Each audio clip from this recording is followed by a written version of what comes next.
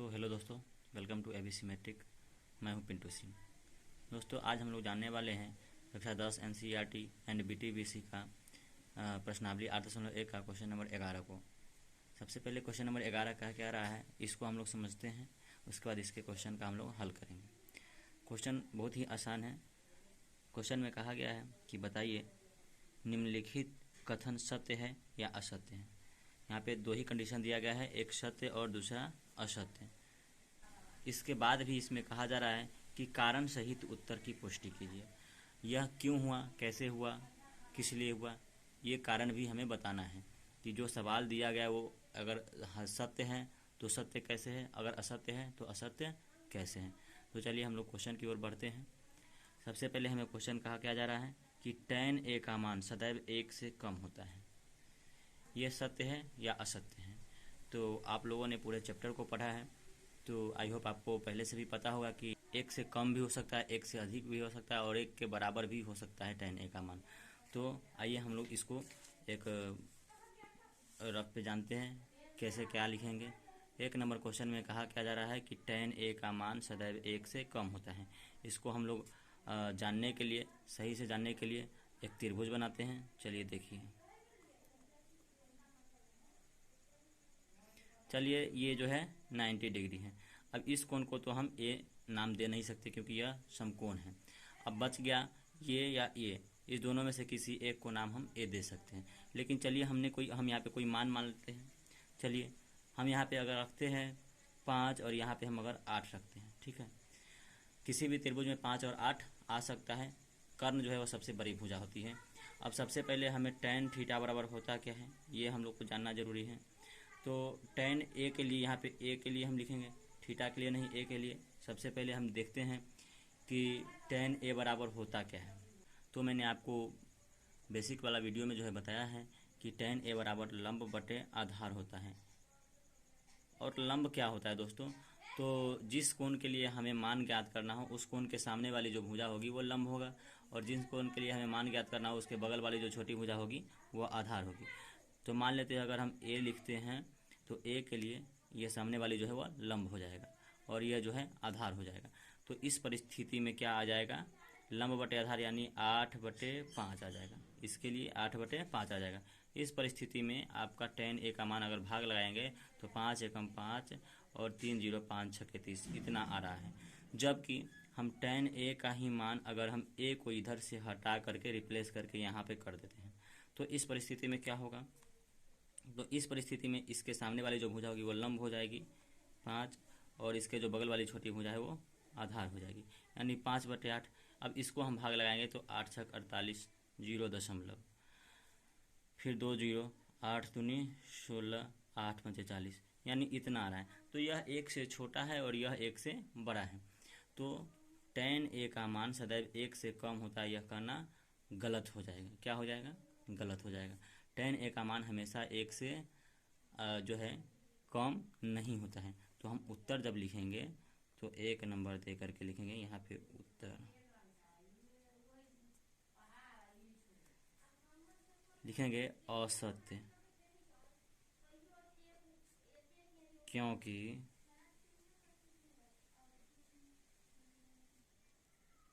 tan a का मान 1 से कम होगा जब कोण A के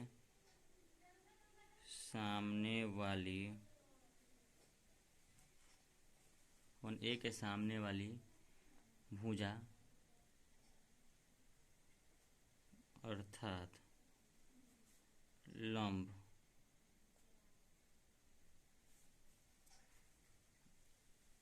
आधार अर्थात कोण A के बगल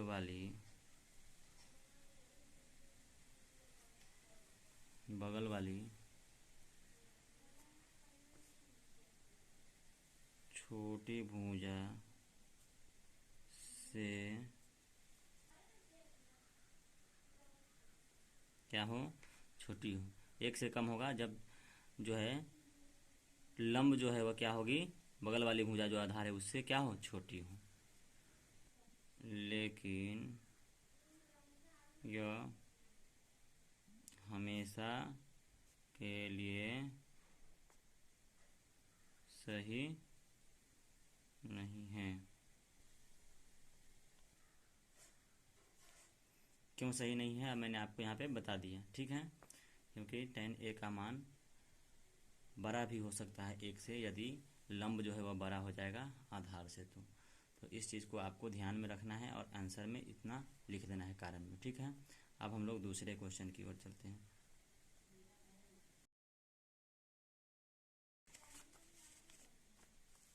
दूसरा नंबर में क्या कहा जा रहा है, कोण ए के किसी मान के लिए सेक ए बराबर 12/5 होते हैं। चलिए हम एक त्रिभुज बना लेते हैं। चलिए यह जो है समकोण त्रिभुज है, या 90 डिग्री है, ठीक है। अब यहाँ पे क्या कहा जा रहा है, दिया गया है सेक ए बराबर 12/5। हम ए अगर इसको माने या इसको माने, किसी को भी मानना ही पड़ेगा। चलिए हम नीचे वाले को ही ए मान लेते हैं, ठीक है। तो इसके सामने वाली जो भुजा होगी वो हो जाएगी लंब, ठीक है, और ये हो जाएगी आधार, और जो बड़ी वाली भुजा है वो कर्ण हो जाएगा, ठीक है। तो यहाँ पे क्या कहा जाए, सेक ए बराबर 12/5। सेक ए बराबर होता क्या है दोस्तों, तो कर्ण बटे आधार होता है। इस परिस्थिति में यहाँ पे इसको 12 दे दिया गया है, आधार को आपको 5 दे दिया गया है। क्या यह संभव है, यही यहाँ पे पूछा जा रहा है कि कोण ए के किसी मान के लिए सेक ए बराबर 12/5 होगा। संभव है, तो दोस्तों बिल्कुल संभव है, इसका आंसर सत्य हो जाएगा उत्तर में। क्यों सत्य है, क्योंकि हमेशा कर्ण जो है वो बड़ी होती है आधार और लंब से, ठीक है। हमेशा क्या होती है, कर्ण लंब और आधार से बड़ी होती है, और यहाँ पे इस 5 के लिए यह 12 जो है वो बड़ा है, इसलिए यह संभव है, ठीक है। अब हम यहाँ पे लिखेंगे कारण में, क्योंकि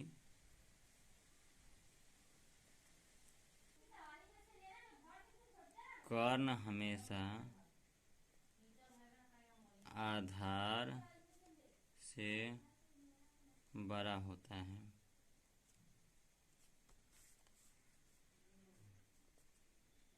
और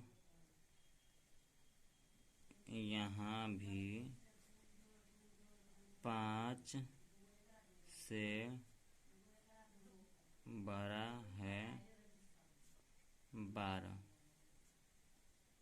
इसीलिए यह संभव है। तो दोस्तों दूसरा क्वेश्चन का आंसर भी आपको समझ में आ गया होगा, यही इसका उत्तर में हम लोग लिखेंगे। चलिए अब हम लोग तीसरे क्वेश्चन की ओर बढ़ेंगे।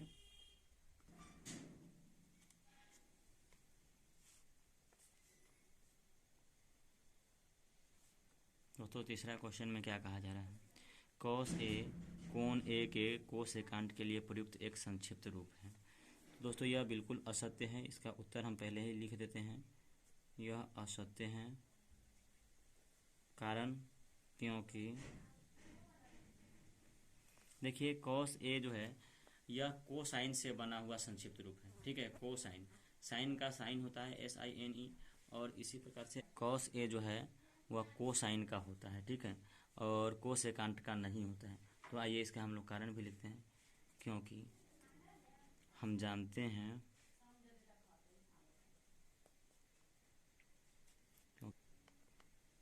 कि कॉस ए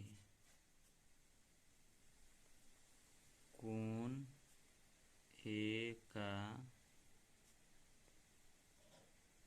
कोसाइन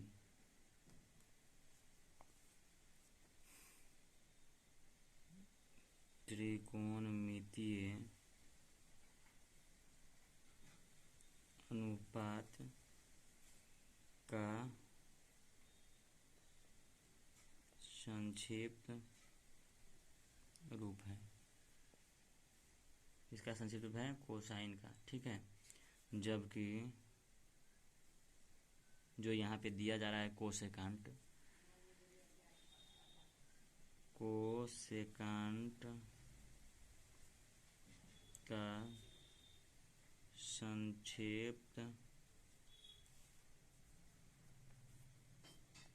रूप कोशेक होता है। तो ये यहाँ पे आ जाएगा, इसलिए यहाँ पे यह असत्य है, क्योंकि कॉस का पूरा जो है क्या होता है, कोसाइन होता है कोण ए के लिए। ठीक है, अब हम आएंगे क्वेश्चन नंबर 4 पे। क्वेश्चन नंबर 4 पे यहाँ पे क्या कहा जा रहा है, कोट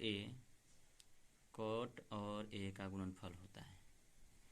क्या यह सत्य है? तो दोस्तों ये भी असत्य है।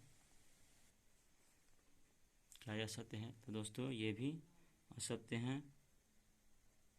इसका आंसर जो है असत्य हो जाएगा, कारण क्योंकि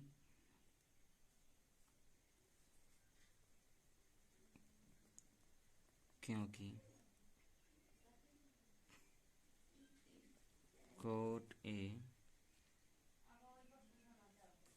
का अर्थ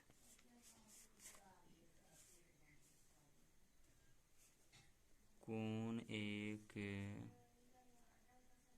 त्रिकोणमितीय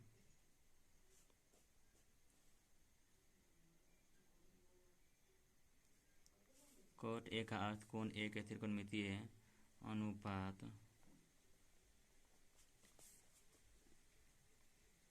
कोटेंजेंट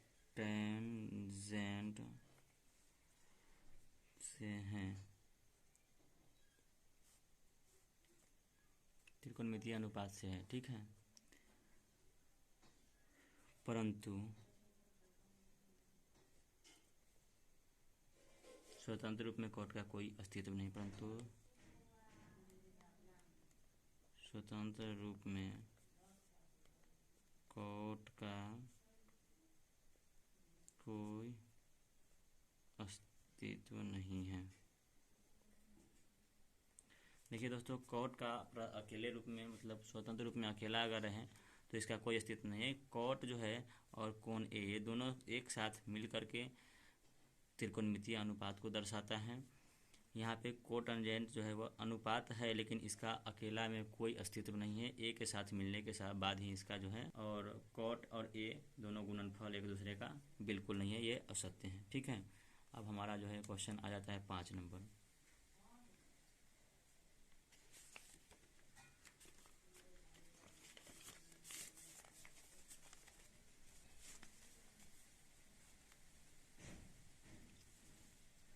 अब हमारा क्वेश्चन नंबर 5 आ जाता है।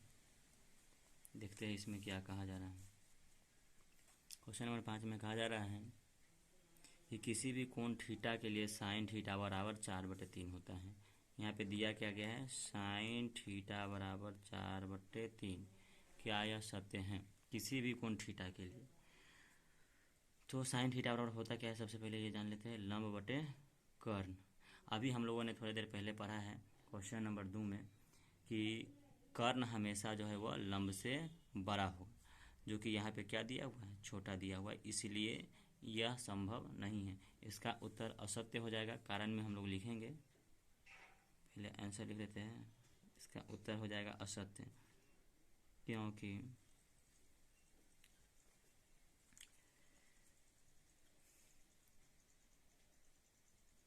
किसी भी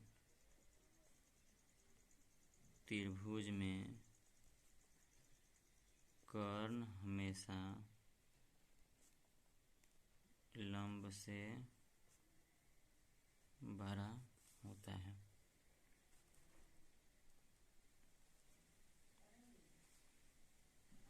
जो यहाँ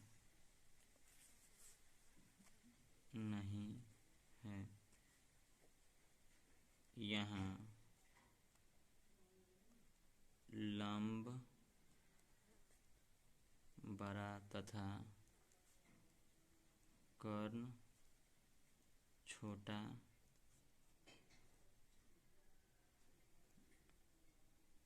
दिया गया